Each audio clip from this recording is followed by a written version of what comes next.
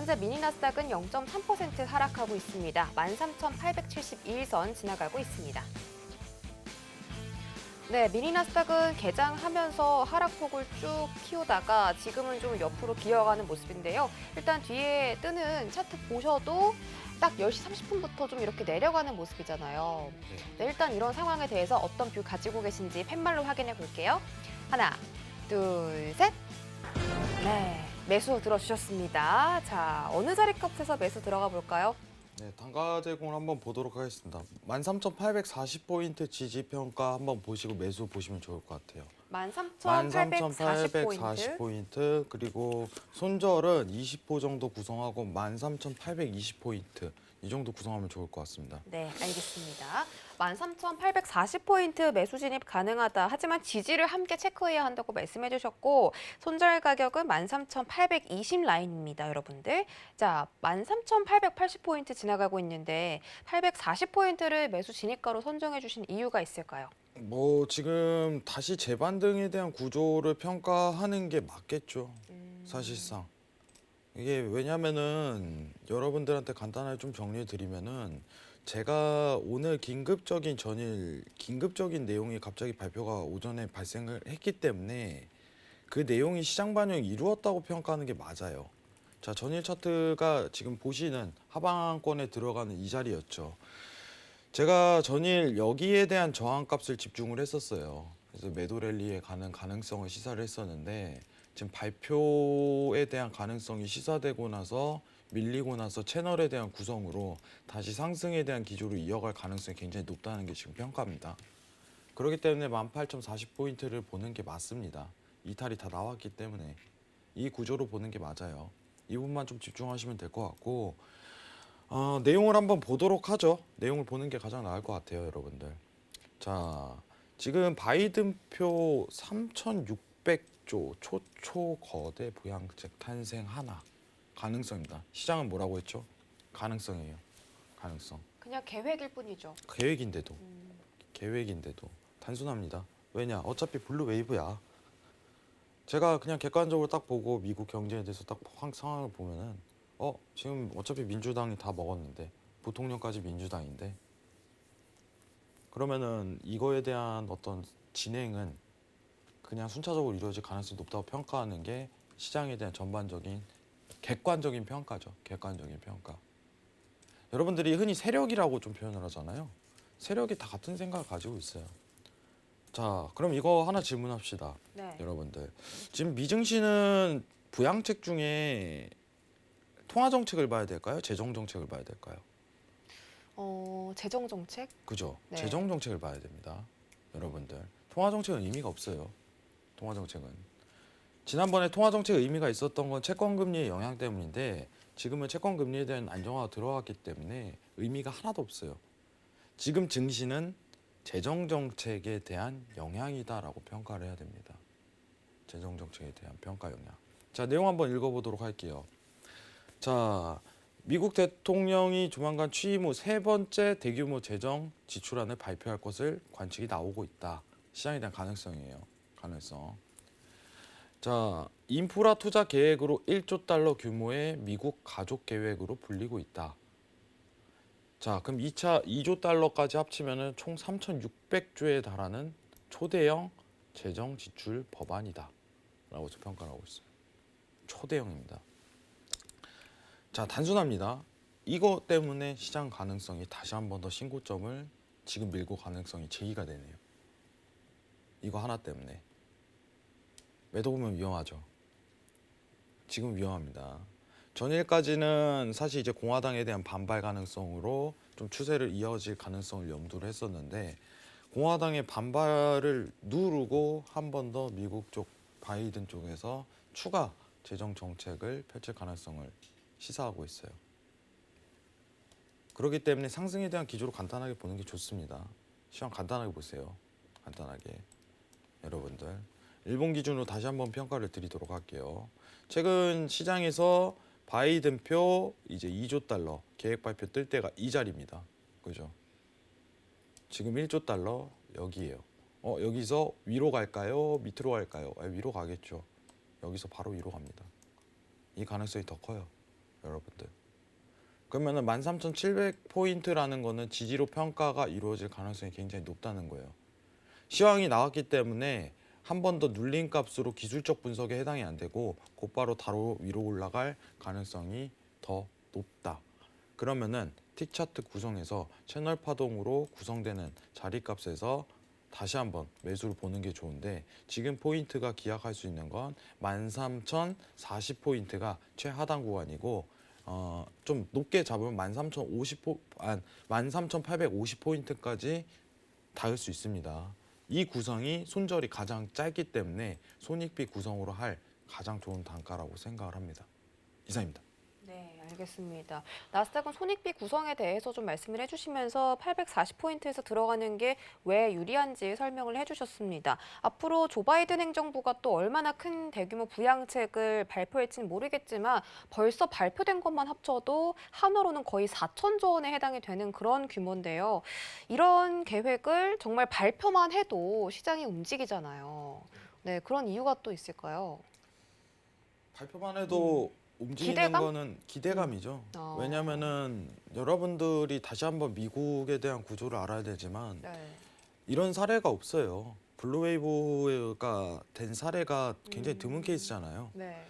그러니까 쉽게 얘기하면은 하고 싶은 대로 할 수 있어요. 하고 싶은 대로. 그냥 프리패스. 시간이 걸릴 뿐이다. 이게 시장의 평가예요. 아무리 공화당이 태클을 걸어도 그죠? 하고 싶은 대로 할 수 있는 환경이다. 이렇게 평가하는 게 맞아요. 네. 원래 트럼프 그래서 제가 원래 저희가 이제 네. 해외선물 넘버원 하면서 네. 대통령 선거보다 조지아주 선거가 더 중요할 거예요라고 그렇죠. 얘기를 했었어요. 제가. 네. 여러분 이 법은요. 대통령은 미국 구조가 단순히 서명만 할 뿐입니다. 상원과 하원이 합의를 맺고 통과가 되면 대통령은 서명만 할 뿐이에요. 여러분들. 자, 근데 상원 민주당, 하원 민주당인데 상원이 그때 50대 50이라고 얘기를 했죠. 반반으로 나오면은 투표가 그럼 부통령 권한으로 바뀌어요. 근데 부통령도 민주당이네. 무슨 뜻이냐면은 법안에 대해서 제기를 하고 계획 발표를 했을 때 상원과 하원이 시간이 걸릴 뿐 통과는 한다는 거예요. 그러면은 간단하게 얘기를 하면 계획 발표가 곧 시장 발표죠. 사실상 계획 발표가 시장에 대한 어떤 발표입니다. 지금 시장은 발표는 사실상 이제 통과는 아직 안 했죠. 네. 본격적으로 이제 지출을 통과하게 된다면 올해 하반기부터 가능해요. 올해 하반기부터 내년 상반기. 근데 계획 발표만 해두는 거예요. 근데 중요한 건 계획 발표가 곧 발표다. 이렇게 평가하는 게 맞을 것 같아요. 간단하게 좀 정리 드렸어요. 그래서 기억을 하시는 게 좋은데 자, 근데 질문들이 가끔 많아요. 제가 또 한번 얘기를 하지만은 지금 미증시에 대한 구조가 막 어닝 시즌, 기업 실적 발표, 뭐 다음 주에 이제 애플 발표도 있죠. 네. 예, 여러분들 이제 애플 좋아하시잖아요. 근데 애플 발표가 있어도요 시장의 영향은 굉장히 미비해요. 네, 그래서 기사에서도 지금 네. 기업들이 너무 강한 실적을 발표함에도 투자자들이 무시한다고 나와 있더라고요. 왜냐면 다 예상하는 거니까. 너도 나도 알고 있는 수치값에 대해서 시장 반영이 좋게 나와도 뭐 당연히 좋게 나올 줄 알았지 이거예요. 간단하게 그러면은 그 시황은 시장 반영이 안 된다는 겁니다.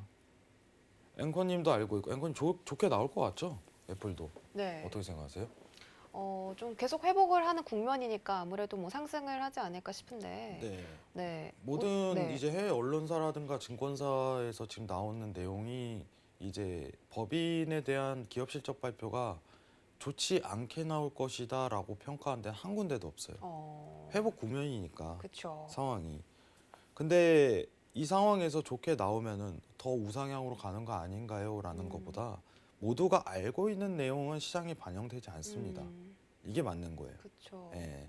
근데 전일 같은 내용은 가족 계획 관련해서 네. 대규모 1조 달러 추가 발표는요. 시장이 예상 못했던 거거든요. 그렇죠. 갑자기 나오는데 약보합으로 출발했는데 상승 마감을 해버리더라고요. 그죠. 네. 공화당에서 반발이 있다 보니까 이틀 연속에 대한 고점 레벨 부담감으로 최근 하락장이 이어졌다가 갑작스럽게 이제 뉴스 외신 나오고 상승 랠리 들어가는데 그죠? 이래서 시황이 중요해요, 여러분들. 근데 이제 초거시적인 사이클은요, 제가 다시 한번 강조하지만, 자, 나스닥 차트 다시 한번 보도록 하겠습니다. 초거시적인 사이클은 어쨌든 계속 올라간다예요. 계속 올라간다. 계속 올라간다. 14,900까지 일단은 열립니다. 14,900. 나중에 제가 여기서도 그 얘기 했었어요. 작년에도. 이거 13,000 이제 800포인트까지 열립니다라고 얘기를 했었어요. 13,800포인트까지. 도달하고 나면 늦은 거예요. 도달하고 나면. 지금 똑같은 겁니다. 하모닉 패턴 기억하시죠? 지금 열리는 구성이요. 이렇게 열렸었는데 지금 하모닉 구성이요. 또 한 번 14,900포인트까지 열린다는 신호가 발생돼요. 이게 진짜 돈을 푸니까 가능한 거예요. 돈을 푸니까.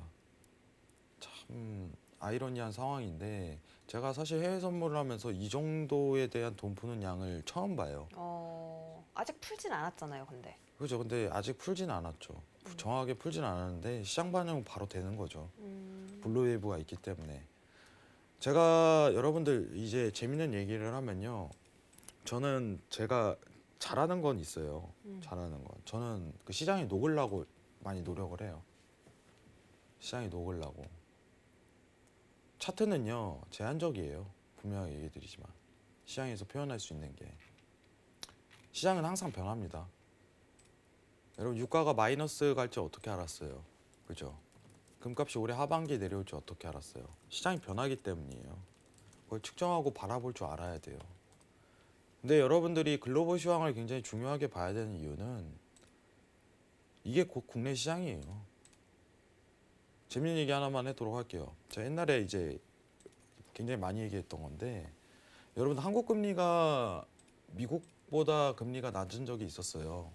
그때 미증시가 상승 랠리를 뚫고 올라가도 한국 증시는 못 올라가요. 외인 수급이 뒷받침이 안 되니까. 이자가 더 낮은데 콜금리가 이동을 안 하는 거지. 단기 차익 금리가. 외인 자본이 투입이 돼야지 원활하게 유동이 되는데. 근데 지금은 한국 금리가 미국 금리보다는 높죠. 높습니다. 그렇기 때문에 그 발견은 하나 뭐냐면은 미증시가 올라가면 한국 증시는 올라가고 미증시가 떨어지면 한국 증시는 떨어진다는 거예요. 단순한 구조로 봐야 돼요. 시장의 구조는 이렇게 돼 있어요. 2018년도에 이제 미국이 금리 인상을 계속적으로 대대적으로 발표를 했음에도 한국은 금리 인상을 안 했어요. 그때 미증시가 계속 올라가도 한국 증시는 못 올라갔습니다. 과거 사례가 그래요. 그러면 지금은요. 금리가 한국 금리가 미국 금리보다 높기 때문에 단기 콜자금 자체가 유입하는 경로가 굉장히 쉬워요. 0.25%에 대한 어떤 소득을 더 추가적인 이자 배당을 얻기 위해서 자금이 이동하는 거죠. 나라에 대해서. 근데 결론은 이거예요. 미증시 올라가면 한국 증시 올라갑니다. 그렇기 때문에 여러분들이 글로벌 시장을 체크해야 돼요. 주식 잘하시는 분은 항상 오전에 글로벌 시장을 먼저 체크를 합니다. 단 10분이라도 미 증시는 어떻게 마감이 됐나. 그 다음에 한국 증시를 바라봐요. 집중하셔야 됩니다, 여러분들. 미 증시 더 추가적인 상승 기조 많이 남았다. 1조 달러에 대한 부양 정책은 추가 상승의 탄력을 받을 것이다. 이렇게 평가하는 게 오늘 시장의 뷰입니다. 이상입니다.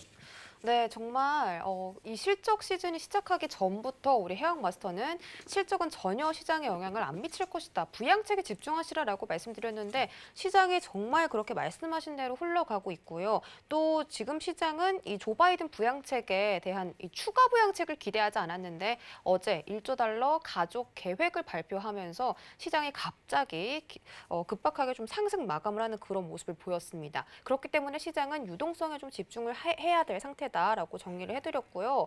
자, 오늘의 자리값은 13,840포인트였습니다. 한 가지 더 궁금한 점은 만약에 이렇게 지속적으로 대규모 부양책을 발행을 한다면 좀 문제될 부분은 없을까요? 뭐 부채라든지 앞으로 부채는 사실 미국 부채는요. 이미 넘사예요, 넘사. 넘사라는 표현 해도 되나? 좀 뭐 넘을 수 없는 벽이다. 어떤 줄임말인지 잘 기억이 안 나는데요. 네. 네. 지금 제가 표정이 왜 그러냐면은 네. 지금 미니어로 이상한 소리가 들려가지고. 아, 네, 이게 지금 뭐냐면은 부채가 지금 미국이 너무 많아요. 이거는 과거 5년 전부터 문제가 됐던 부분인데 네. 지금 부채 걱정할 때가 아니에요, 미국이. 예, 부채는 근데 이거는 한 번은 이제 문제가 될 거예요. 미국 역사 문제에서. 근데 그거는 이제 세기의 사이클이지. 미국 부채 갖고 태클이 걸리면은 지금 규모에서 걱정할 상황은 아니라고 보고 있습니다. 제가 다음에 나올 때 미국 부채가 어느 정도인지 한번 가지고 올게요. 가져오는데 네. 좀 심각해요. 아, 굉장히 심각합니다. 정말 나중에 한 빚쟁이에요, 번에 빚쟁이. 무너질 수도 있을까요? 예, 아니 근데 걔는 찍어내면 그만이다 이 생각으로 갖고 있기 때문에 음, 빚쟁이에요, 미국이. 예. 네. 근데 재밌는 게 뭐냐면요. 네, 네. 제가 그냥 오늘 좀 재밌는 얘기를 하자면요. 미국의 역사를 이렇게 훑어보면요. 이런 표현을 해도 되나? 좀 또 어떤 표현이죠? 왜 미국이 약탈국이에요, 약탈국. 약탈자예요. 뭘 역사가. 약탈했죠? 예? 음. 이제 인디안의 근데 이게 뭐 재밌는 게 뭐냐면요. 원주민들의 네. 미국이 지는 싸움을 안 해요. 여태까지 지는 싸움을 안 해요.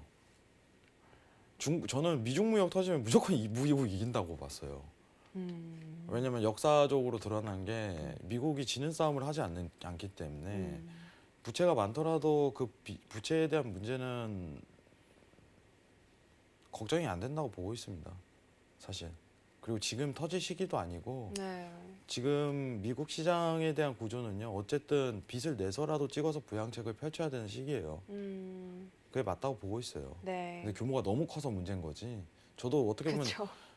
여러분들이 정말 체감상 못 느낄 수 있는데 왜냐면 세기라는 표현 자체를 계속 하게 되는데 앞으로 저희가 살면서도 이 정도의 부양책은 보기 힘들 거다라고 평가하는 게 맞을 것 같아요. 참 코로나가 여러모로 신기록을 세우네요. 네, 신기록을 주식 굉장히 시장도 세우고 그렇고, 있습니다. 네. 근데 제가 일단은 좀 긍정적으로 보고 있는 거는 어쨌든 우리 계좌가 소중해야 되니까 그렇죠. 제일 중요한 게 뭐예요? 우리 시청자분들은 내 여러분들, 계좌만 수익이 나면 되거든요. 여러분들 네. 진짜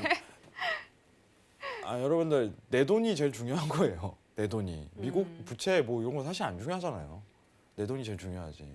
연관이 돼 있다면 뭐 중요할 수도 있겠죠. 네, 사실 미국 걱정할 때가 아니에요. 음, 자기 계좌가 중요한데 올해 4월부터 다시 이제 증시에 대한 상황이 굉장히 좋아질 거다라고 제가 평가하고 3월에 대한 내용은 정말 힘들 거다라고서 평가한 게 제가 3월부터 주장했던 내용인데 네. 4월에 계획 발표 있고 이제 증시에 대한 상승세가 있다 보니까 여러분들 계좌는 수익성으로 나타낼 가능성이 전 높다고 평가를 합니다. 안정적으로 지키시길 권유드리면서 네. 우상향 더 아직까지 지속한다. 이 정도만 평가 내리면 될 것 같아요. 이상입니다. 알겠습니다.